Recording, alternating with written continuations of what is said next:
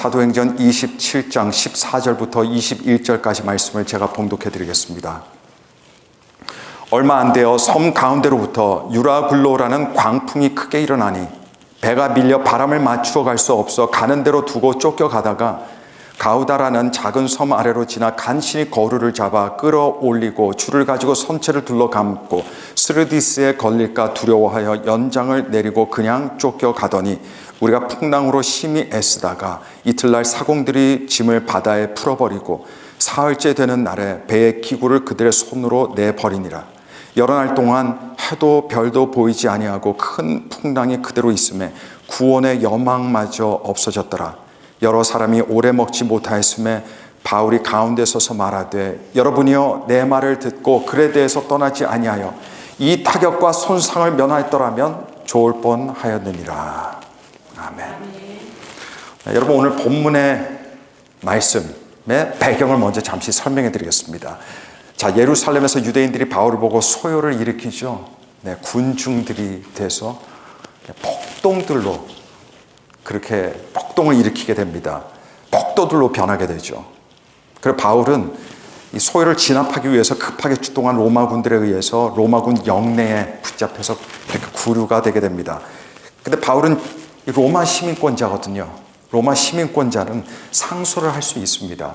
그래서 사도 바울은 그곳에 오랫동안 머물러 있는 동안에 상소를 하는데 누구한테 상소했냐면 로마 황제 가이사랴에게 상소하게 됩니다. 자, 로마 시민이 상소하게 되면 반드시 그 재판장에 가서 서야 됩니다. 그래서 바울은 드디어 로마 군과 함께 또 다른 죄수들과 함께 배를 타고 그리고 이제 로마로 향하게 됩니다. 그렇게 선장과 배의 주인인 선주, 선원들 그리고 바울을 비롯해서 다른 많은 죄수들이 함께 가게 되고요. 또 죄수들만 그냥 갈 수는 없죠. 그 죄수들을 관리하는 군병들이 약 100명의 군병들이 함께 그 배에 승선하게 됩니다. 그 배의 인원수가 276명이 됐습니다. 이 276명 정도면 만선입니다. 그 만선의 상태에서 이제 이탈리아 로마로 향하게 됩니다. 근데 마침 이들이 배를 타고 가는데 광풍을 만나게 됩니다. 근데 이 광풍이 굉장히 유명한 광풍이에요. 어쩌다가 우연히 불어온 폭풍이 아닙니다. 그때 그 시즌쯤에 불어온 폭풍인데 유라굴로라고 불리는 그런 폭풍입니다. 성경은 뭐라고 말하냐면 그냥 폭풍이라고 하지 않고요. 광풍이라고 합니다. 광풍. 네, 한마디로 미친 폭풍이죠. 그만큼 강력한 폭풍을 만나게 되고 그리고 파손의 큰 위기를 맞이하게 되는 것이 바로 오늘 이야기의 배경입니다. 여러분 1912년이 아니고 1912년입니다. 1912년 4월 15일입니다. 새벽 2시쯤에 최고급 호화 여객선 타이타닉호가 수많은 사람들과 함께 대서양 한가운데서 가라앉는 그런 세계 참극이 터지게 되죠. 침몰하기 4일 전에 타이타닉호는 영국에서 뉴욕항으로 가기 위해서 출발을 했습니다. 근데 그게 첫 처녀항이었어요. 타이타닉호가 만들어지고 나서 처음으로 가는 그런 여행이었는데 아무것도 무서운 것이 없는 양 그렇게 돌진하다가 칠흑같이 어두운 밤에 물 위에 떠있던 빙산을 만나게 되고 그 빙산 부딪히게 됩니다. 그러면서 두 동강이 나서 3,821m가 되는 저 바다 시면의 곳으로 가라앉게 됩니다. 그 사고로 인해서 승선 인원이 총 2,228명이었다고 합니다. 2,228명 중에 3분의 1도 채 되지 않는 700명 정도의 사람들이 겨우 살아남게 되어서 인간 역사상 바다에서 벌어진 재앙들 중에 최악의 참사로 지금 기록이 되고 있습니다.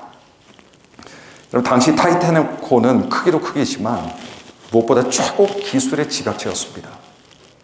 그래서 이 배를 사람들에게 광고하면서 어떻게 광고했냐면 하나님이라도 이 배를 침몰시킬 수 없다.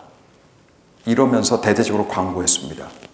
근데 배를 설계하고 건조한 사람은 토마스 앤드루스라고 하는 사람인데 당시 영국 최고의 조선 회사에서 일하던 가장 으뜸 최고의 전문가였습니다.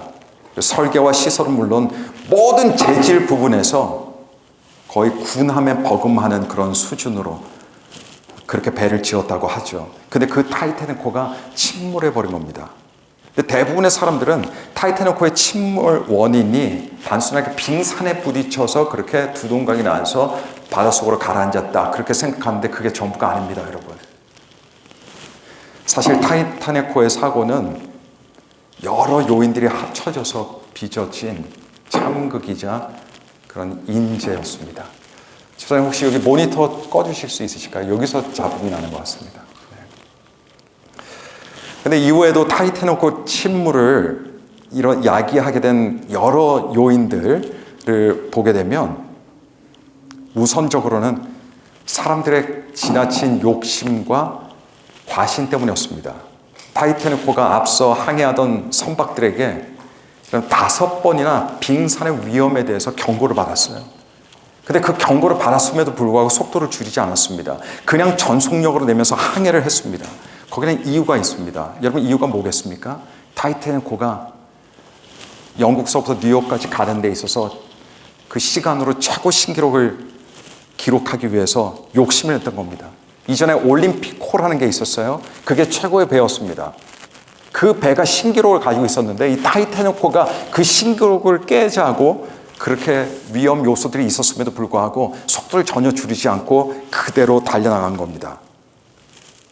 또 이후에도 타이타닉호가 가라앉은 한참 이후에 사람들이 타이타닉호의 잔해를 분석했습니다.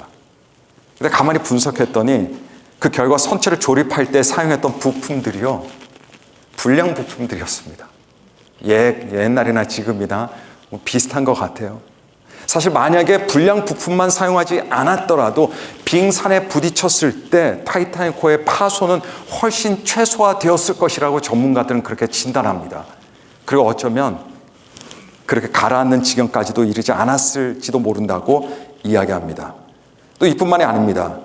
타이타닉호가 바다를 비추는 탐조 등을 충분히 설치하지 않았어요. 그냥 날락 몇 개만 설치해 놓고 말았습니다. 또 신참 선원을 구명보트 요원으로 배치해서는 안 된다는 규정이 분명히 있었습니다. 하지만 그런 규정이 있었음에도 불구하고 신참 선원들을 다 거기에다가 배치를 했다는 이야기입니다. 또 야간에 관측 요원을 늘리도록 되어 있었는데 그 규정도 그냥 무시되어 버렸습니다.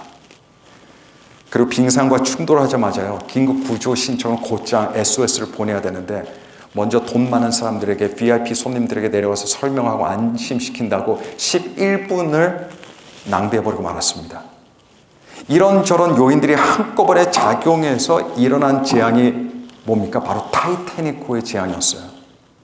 여러분, 인간 역사에서 일어났던 대참사들은요, 한두 가지 요인들로 보통 일어나지 않습니다. 대부분 여러 복합적인 요인들이 있어요. 그 복합적인 요인들, 여러 가지 요인들이 한꺼번에 그 자리에서 그 시간에서 작용하다 보면 어떤 일이 일어납니까? 대참사가 일어나는 겁니다. 오늘 본문 말씀도 마찬가지입니다. 바울이 탔던 배가 유라굴로라는 이 광풍을 만나게 되죠. 근데 사실 이거는요, 필연적인 일이었습니다. 그 배가 어쩌다가 보니까 폭풍을 만났다가 아니에요. 사도 바울이 탄 배가 항해를 하기 시작한 그 시점이 사실은 이 유라굴로가 이제 출몰하기 시작한 바로 그때였습니다. 그 계절이었어요. 그래서 사실은 처음에는 고민했죠. 사람들이 모여서 고민했어요. 이거 우리가 가야 되냐 말아야 되냐. 그러다가 배 선장과 선주가 욕심을 부리게 됩니다.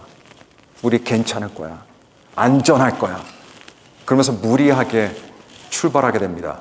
근데 거기에 군대 지휘관이었던 백부장이 선장과 선주의 말을 듣고 백부장이 막을 수 있었어요. 그런데 막지 않았습니다. 왜냐하면 너무 선장과 선주를 과신했기 때문이었습니다. 바울은 만류했습니다. 그렇게 가다 보니까 어떻게 됩니까? 유라굴로라는 그런 폭풍을 만나게 된 겁니다. 근데 여러분, 우리 인생도 마찬가지입니다. 우리 인생에 큰 위기들이 오거든요. 살다 보면 그런 큰 위기들을 맞이할 수가 있습니다. 근데 우리가 맞이하는 인생의 위기는요, 절대로 한 가지 요인으로 위기를 맞이하는 게 아닙니다. 우리 인생 안에 여러 작고 큰 부정적인 요인들이 있어서 그것들이 한꺼번에 복합적으로 작용할 때 어떤 일이 일어나면 그때 우리 삶의 위기가 오게 되는 겁니다. 가령 예로 우리나라 1990년대 말에 IMF가 터졌을 때 이런 많은 기업들이 문을 닫았어요. 많은 사람들이 길거리에 그냥 나가 앉았습니다. 근데 기업들이 문을 닫게 되었던 요인은 절대로 한두 가지가 아니었어요. 그 기업들은 자체적으로 여러 작고 큰 위험 요소들을 사실 이미 다 가지고 있었습니다. 그러다가 폭풍이 한번 몰아치니까 그 기업들이 견디지 못하고요. 다 우후죽순으로 문을 닫고 심지어 국가 부도라는 초유의 위기 상태까지 일어나게 된 겁니다. 여러 작고 큰 위험 요소들을 가지고 있는 기업들, 여러분 이 기업들을 보통 뭐라고 부릅니까? 부실 기업이라고 부르죠. 네. 일단 한 기업이 부실 기업이라고 한다면요, 문제가 하나 있는 기업을 부실 기업이라고 하지 않아요. 부실 기업이 되기 위해서는 여러 위험 요소들을 이미 가지고 있는 기업입니다. 이미 얼마든지 위태로워질 수 있는 기업입니다. 그게 부실 기업이에요. 그래서 여러분, 위기라는 것은 단순히 생기는 게 아닙니다. 우리 인생의 위기는 단순히 생기는 게 아니라 우리 인생의 위기는 만들어지는 겁니다. 사실 내가 만드는 겁니다. 그게 인생의 위기예요. 여러분 참고로 큰일이 났다라고 할 때 그 큰일과 위기다라고 할 때 그 위기, 이거를 구분할 수 있어야 됩니다. 큰 일과 위기는 다른 거예요, 여러분. 모든 큰일이 다 위기가 되지 않습니다. 그리고 위기가 있을 때 어떤 반드시 큰 일 때문에 위기가 오는 것도 아닙니다. 작은 사소한 일 때문에라도 위기는 올 수가 있습니다. 여러분 요셉의 경우를 볼 때 요셉은 인생에서 상상도 할 수 없는 그런 폭풍들, 오늘 성경의 본문의 단어를 사용하면 광풍들을 만났습니다. 형들에게 미움을 받다가 애굽의 노예로 팔려갔죠. 거기서 열심히 성실히 일하는데 엎친 데 덮친 격으로 억울한 누명을 쓰고 감옥에 갇히게 됩니다. 이런 것들이 다 요셉의 인생에 불어닥친 뭡니까? 유라굴로예요. 유라굴로. 근데 이런 순간들이 요셉에게 있어서는 큰 일들이었어요. 그러나 위기는 아니었습니다. 우리는 이걸 구별할 수 있어야 됩니다. 성경은 오히려 뭐라고 말하냐면, 자, 요셉이 처음에 노예가 됐을 때입니다. 팔려가서 노예가 됐을 때, 창세기 39장 2절 말씀 보니까 여호와께서 요셉과 함께 하심으로 그가 형통한 자가 되었다라고 합니다. 자, 노예로 있는데 성경은 하나님께서 함께 하셨어. 요셉은 그래서 형통한 사람이었어라고 이야기합니다. 또 요셉이 그 이후 억울한 누명으로 감옥에 갇히게 됐죠. 자, 근데 그때도 보니까 성경은 뭐라고 말하냐면, 자, 창세기 39장 23절입니다. 감옥에 갇혔을 때입니다. 여호와께서 요셉과 함께 하심이라 여호와께서 그를 범사에 형통하게 하셨더라. 요셉이 애굽에 팔려 들어가게 되고 종이 되었다가 거기서 추락해서 감옥에 갇히는 일들이 있었지만, 큰 일들이었어요. 이거는 인생에서 한 번 일어날까 만한 일을 요셉은 두 번씩이나 연거푸 경험하게 됩니다. 요셉에게는 큰 일이었어요. 그런데 잘 보십시오, 여러분. 요셉에게 위기가 되진 않았습니다. 오히려 축복이 됐어요. 오히려 하나님께서 함께 하셨습니다. 하나님께서 축복하셨습니다. 그 일들은 그냥 큰 일들 뿐이었어요. 인생에서 일어나는 큰 일들 뿐이었습니다. 요셉은 오히려 그 가운데서 더 성장하고요, 더 성숙했습니다. 그래서 더 깊은 믿음으로 하나님께 나갈 수 있었어요. 그런 상황에서도 그럴 수 있다면 우리는 어떻습니까, 여러분? 이렇게 큰 문제 없이 잘 살고 있는 우리들, 마찬가지로 성장하고 우리가 놓여진 환경에서, 상황에서 우리도 얼마든지 성숙하고 얼마든지 하나님께로 나아갈 수 있다는 걸 믿으시길 바랍니다. 우리 인생에서 큰 일들은요, 사실 얼마든지 일어날 수 있어요. 언제든지 일어날 수 있습니다. 왜냐하면 그게 인생이거든요. 그게 인생입니다. 인생의 위기라는 것은 근데 아무 일도 없다가 갑자기 불쑥불쑥 튀어나오는 것이 아닙니다. 큰 일들은 뭐 갑자기라도 튀어나올 수 있어요. 그러나 인생의 위기는 갑자기 튀어나오는 게 아니에요. 인생의 위기는 왜냐하면 그거는 만들어지는 것이기 때문입니다. 만들어지는 것이기 때문에요. 내 안에 있는 부정적인 요인들, 내 안에 있는 불신들, 부정적인 조건들이 어느 순간 딱 맞아 떨어지는 때가 옵니다. 그때 폭풍이 한번 오면요, 그러면 그때 그 순간 분명히 위기가 됩니다. 태풍을 생각하시면 됩니다. 태풍은 뭐 아무 데서나 아무 때나 만들어지지 않아요.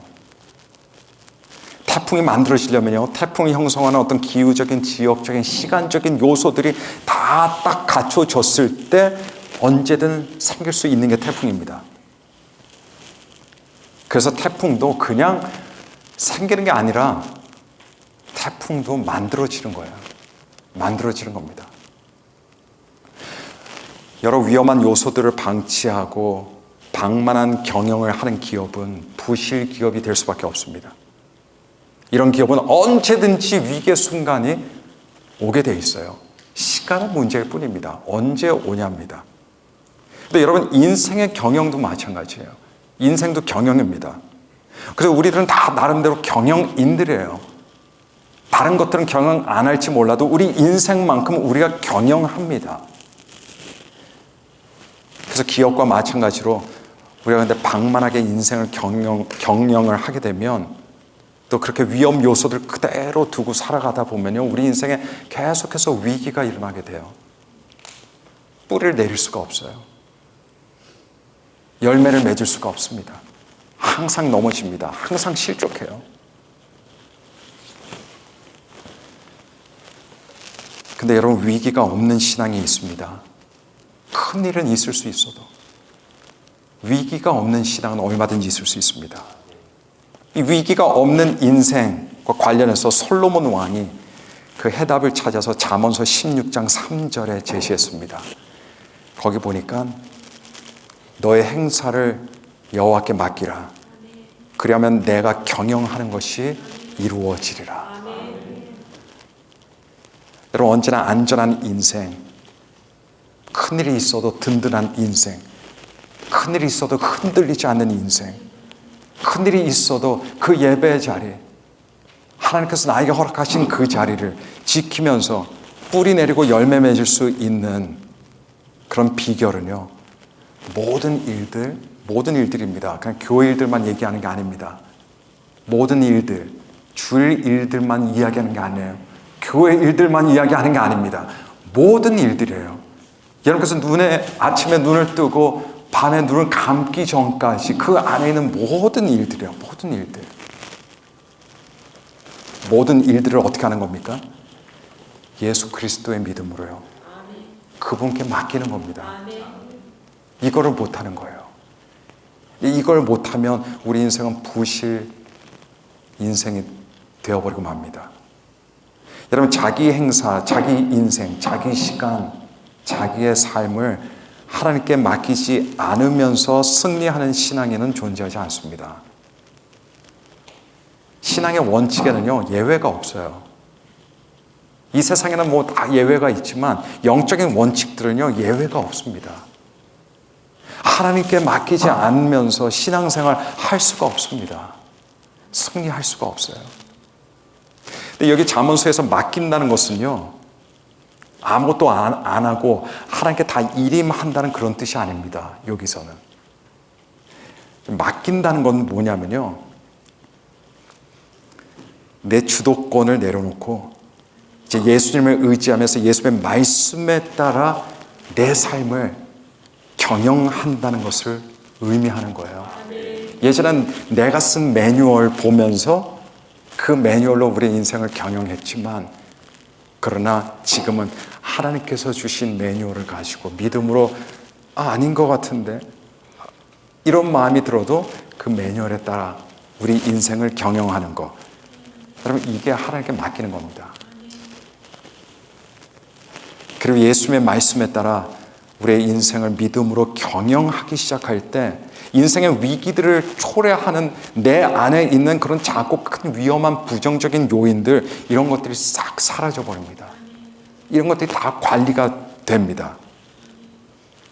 하나님의 말씀으로 디테일하게 우리 삶의 작은 영역, 작은 행동들, 작은 생각들, 우리가 내뱉는 작은 말, 언어, 이런 모든 것들 하나님의 거룩한 말씀으로 깊이 영향을 받게 되면요, 우리 인생의 위기는 없어집니다. 큰 일들은 있을 수 있어요. 이 세상에 사니까 어쩔 수 없습니다. 그러나 우리 인생을 흔들거나 우리 영혼을 흔드는 위기에 처할 일은 없어지는 겁니다. 게다가 나중에 보니까 우리가 예수님을 닮아 있는 모습을 발견하게 되는 거예요. 예수님을 닮아 있는 모습입니다.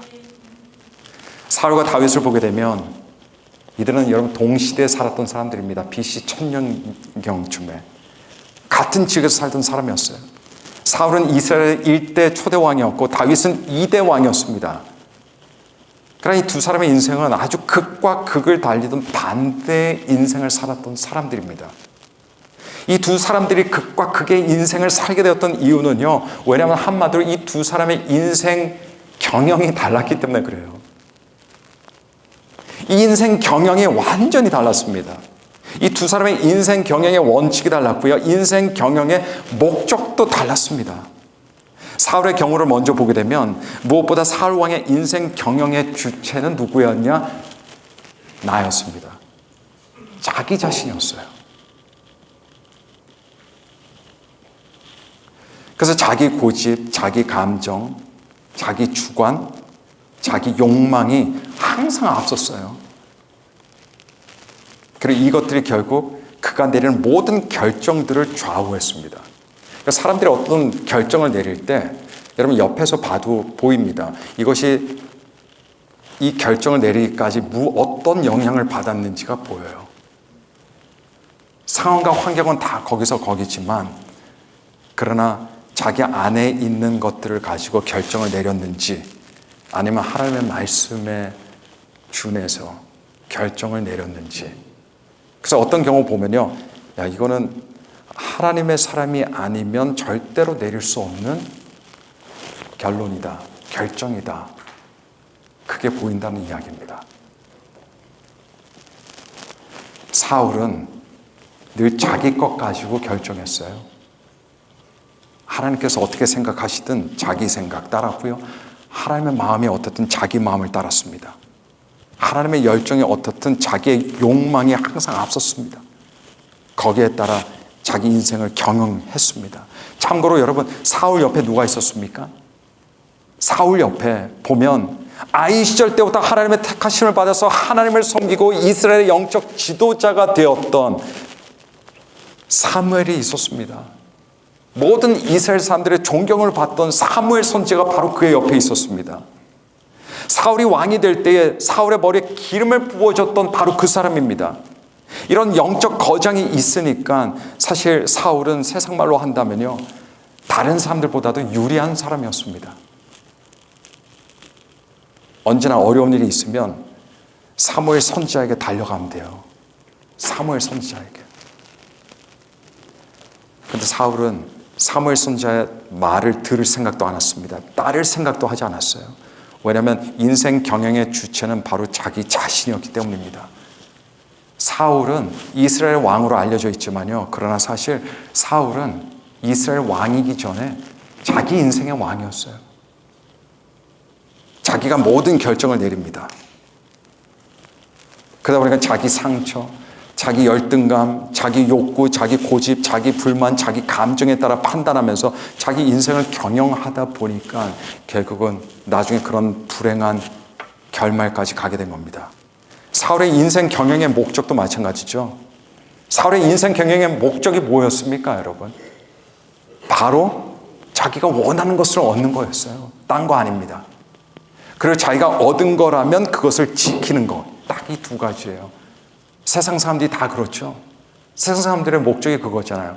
자기가 얻고 싶어하는 걸 얻는 거, 얻어내는 거, 얻고 많은 거. 두 번째는 자기가 얻은 것을 지키는 거예요. 이렇게 아주 단순하게 결론 지을 수 있는 겁니다. 세상 사람들은. 사울도 마찬가지였어요. 그러다 보니까 이 부분에서 다윗이라는 존재가 사울에게 걸리적거리는 사람이 되고 만 거예요.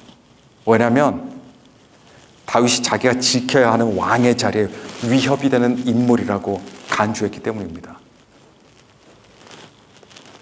이런 그의 인생 경영은 그게 너무나도 많은 위험 요인들을 그 안에서 만들어 버렸어요. 결국 그의 삶이 부실 인생이 됐습니다. 나중에 비참하게 무너져 버리고 말았습니다. 근데 반면에 다윗은 달랐어요. 다윗도 이스라엘의 왕이었지만, 근데 이스라엘의 왕이었지만 거기까지였어요. 자기의 왕은 아니었어요. 다윗의 왕은 하나님이었습니다. 그가 세상 보좌에 앉아 있었지만 자기 인생의 보좌에는 반드시 꼭 하나님을 거기에 모셨어요. 다윗이 비록 왕으로 한 나라를 다스리고 있었지만 그 다스리는 나라 또한 사실은 하나님의 통치하심이 있기를 간절히 구했습니다. 그래서 시편 22편 28절 말씀 보니까 다윗이 이렇게 고백합니다. 나라는 여호와의 것이요 여호와는 모든 나라의 주제심이로다.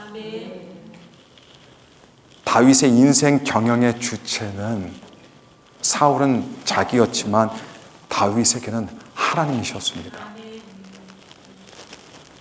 또 사울은 세상 지혜를 수단으로 삼고 판단했지만 다윗은 하나님의 말씀을 인생 경영의 수단으로 삼고 살았습니다.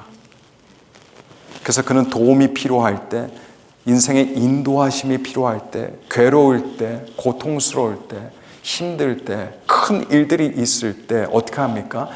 기도의 자리로 나갔어요. 그리고 자신이 기뻐할 일이 아니라 하나님께서 기뻐하실 일을 찾고 그 일을 구했습니다.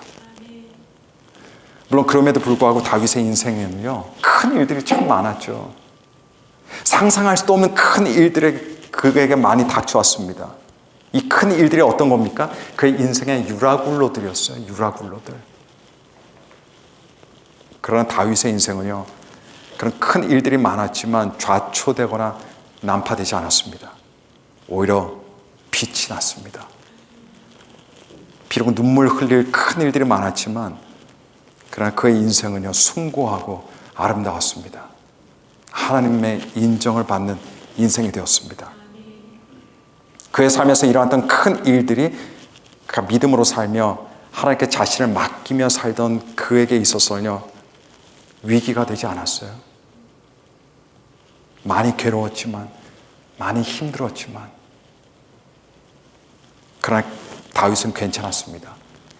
왜냐하면 하나님께서 그를 보호하시고 그를 지켜주셨기 때문입니다.